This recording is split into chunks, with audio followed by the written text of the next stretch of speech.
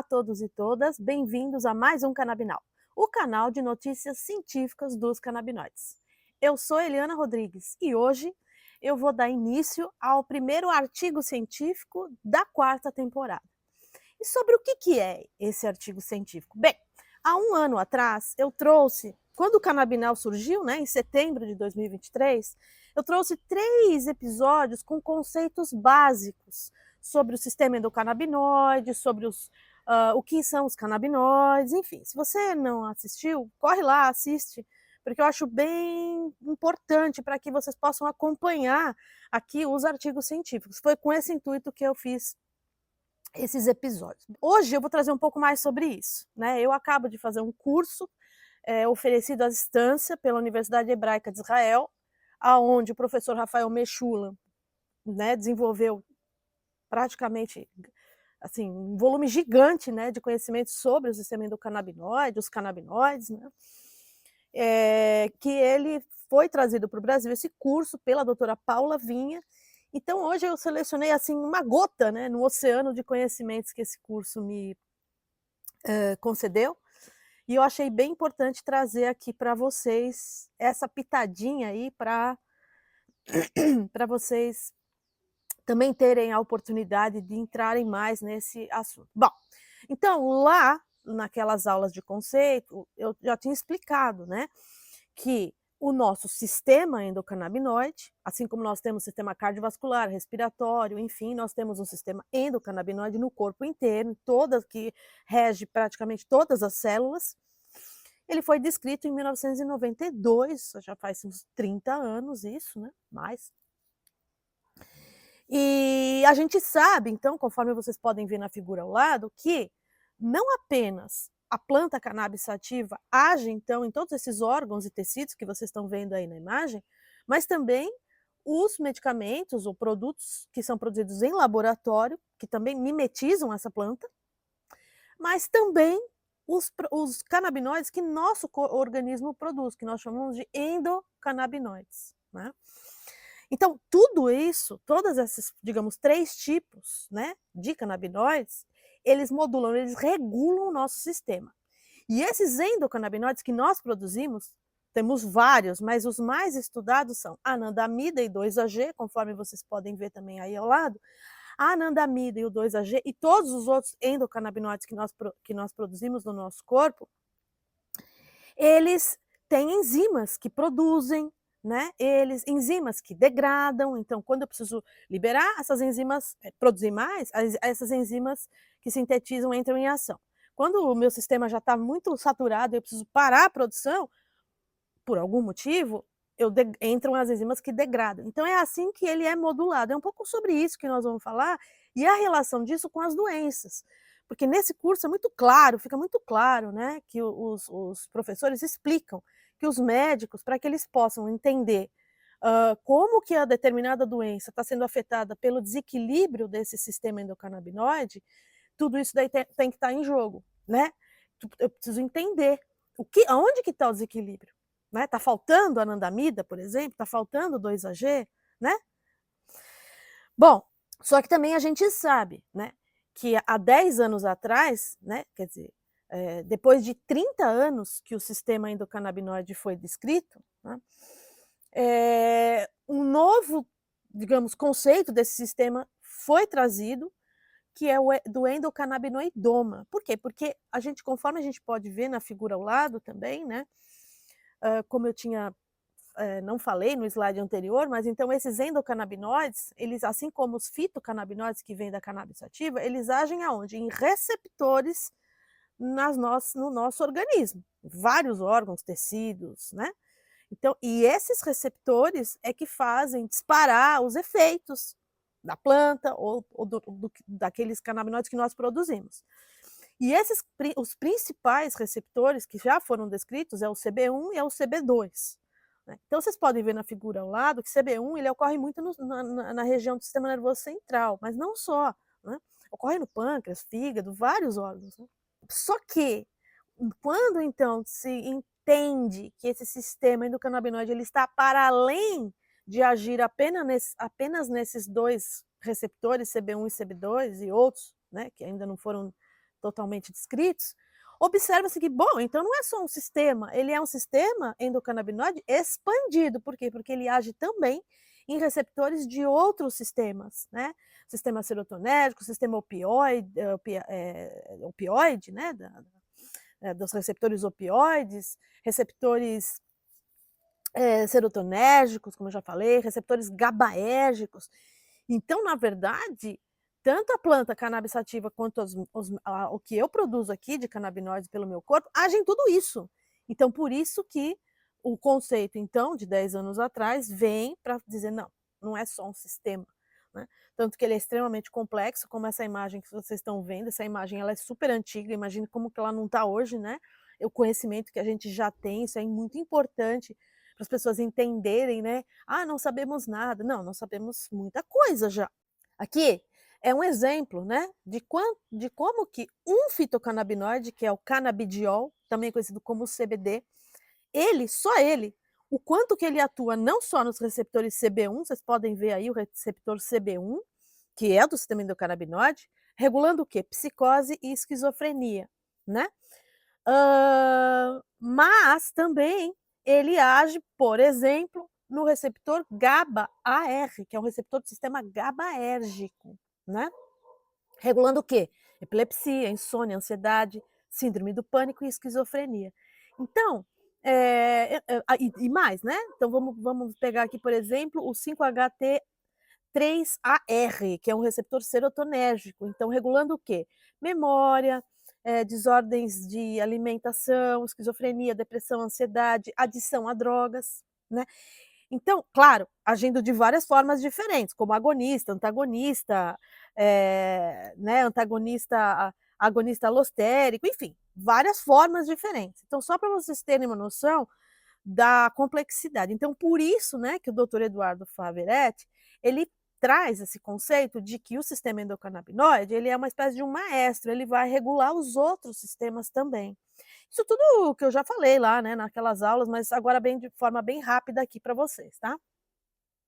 Bom, então, quando um médico, né, é isso que aquele curso fala bastante lá de Israel, né? Ele está diante de uma pessoa que tem alguma desordem, algum desequilíbrio, ele precisa entender que desequilíbrio está acontecendo nesse sistema endocannabinoide.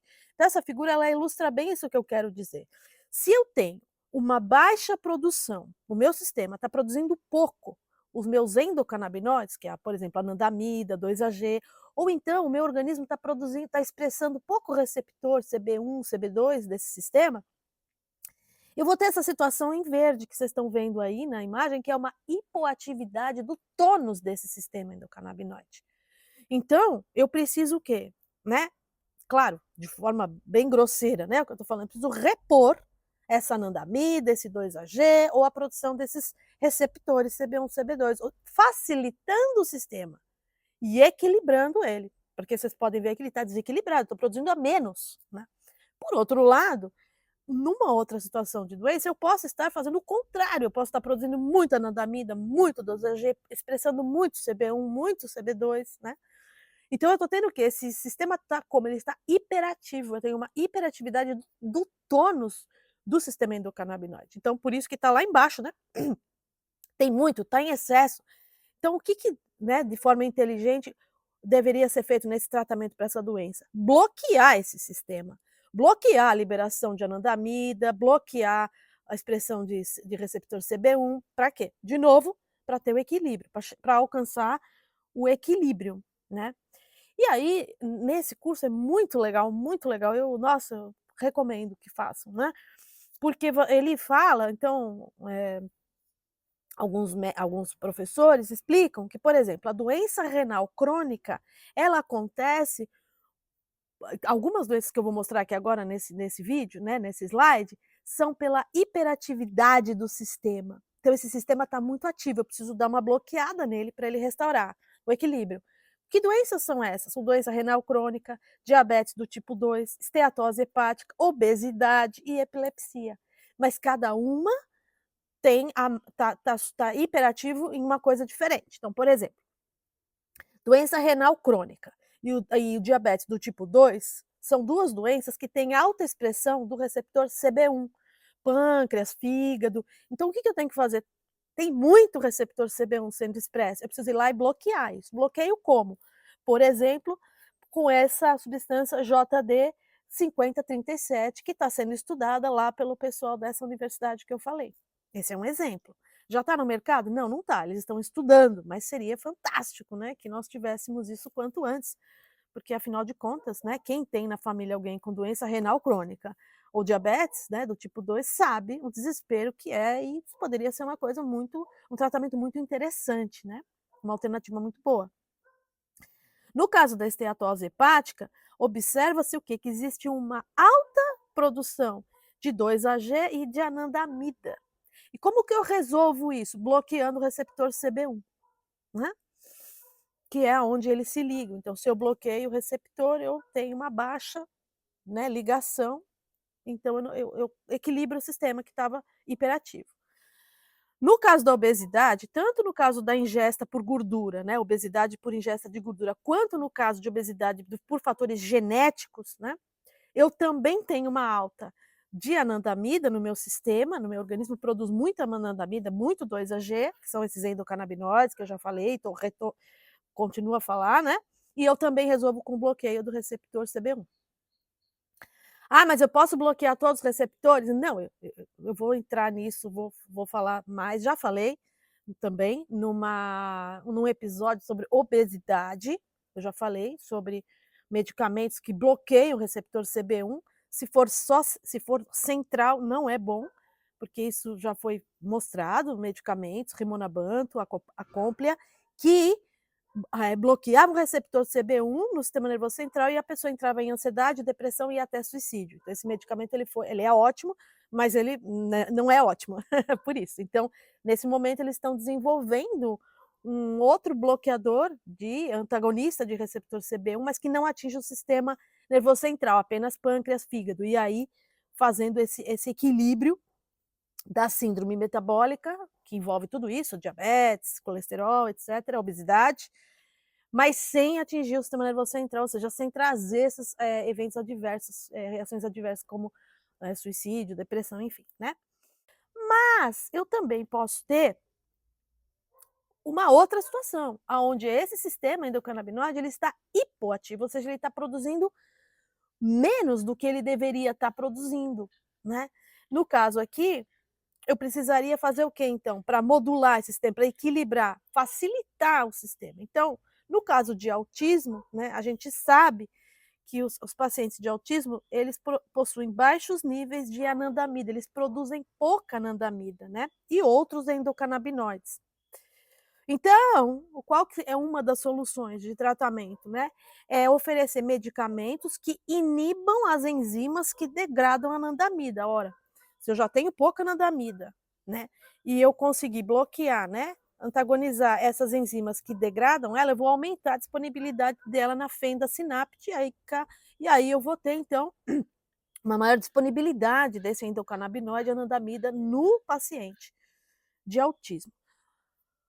E para finalizar, no caso de osteoporose também já se sabe que ela ocorre, né, essa doença, enfim, essa condição, pela baixa expressão do receptor, aí não é o CB1, é o CB2, né, então, na medida em que os ossos, né, nos ossos eu tenho uma baixa expressão do receptor CB2, bom, então eu preciso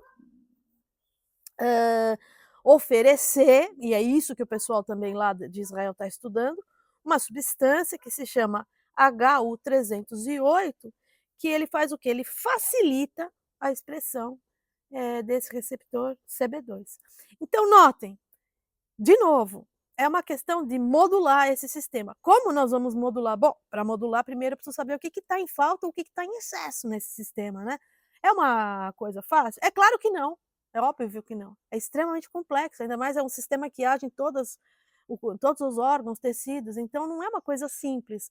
Mas por isso que as pesquisas precisam avançar para que a gente tenha ferramentas, né, para promover o quê? A homeostase, o equilíbrio desse sistema, dessa balança que a gente viu aqui.